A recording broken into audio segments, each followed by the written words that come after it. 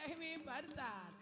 அப்பா விநாயகா, அதாவது என் தகப்பா பகவானே, எனக்கு ஓடிச்சாட முடியலையே, ஓடச்சாட முடியலையே, ஒளிந்திட உந்தறியலையே, என்னங்கட்ட நேரத்தில் கடலை கேட்குதோ அவசரமா நான் அழைச்சேன், அவசரமா நான் அழைச்சேன், அறிவு கட்ட பெருச்சாலே அவர் கடலை கேட்குதோ ஊரு கட்ட பெருச்சாலே ஊரு கட்ட கொளக்கட்ட கேட்குதோ